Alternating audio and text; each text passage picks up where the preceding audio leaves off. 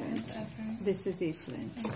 Another part that I must mention to you, because we are talking about the vasculature, you start with this one and then the blood runs through the nephron and all, and efferent arteriole comes out with the blood.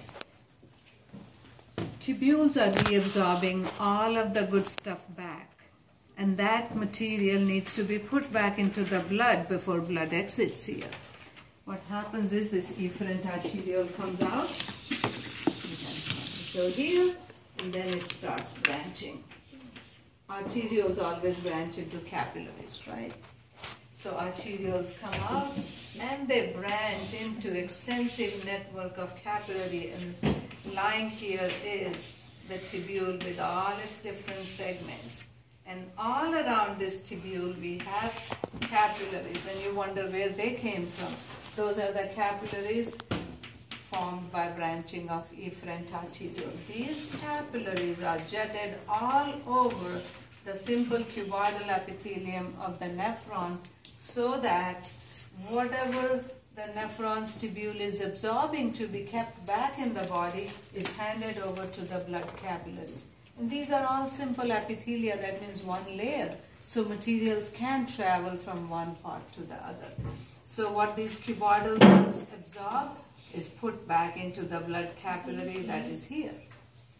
These capillaries, which are all around the tubule, since they are around the tubule, will be called peritubular capillaries.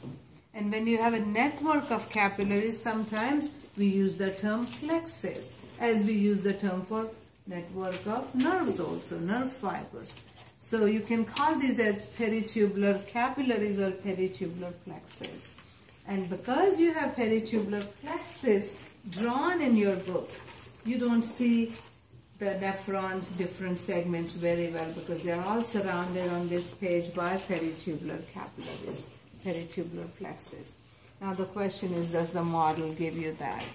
Not a whole lot, but since we don't have a whole lot of them, we'll just say these are peritubular plexus.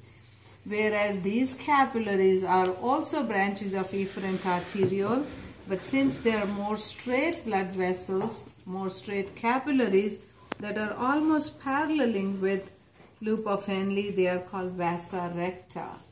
But since we don't see any other kind, we'll just call these as capillaries, vasa recta kind though. In this model, these also are more or less vasa recta, but since they are so close to the tubule, they are peritubular plexus, peritubular capillaries. Now the question is, those who have been reading this topic, vasa recta means straight or erect blood vessels, and they participate in what is called the fourth process in urine formation, countercurrent multiplier system. Regardless, they are both capillaries, and then ultimately capillaries merge and the blood takes opposite path and exits by remote vein. That's urinary system. They weave in a little bit of physiology so that you would know these parts and their significance.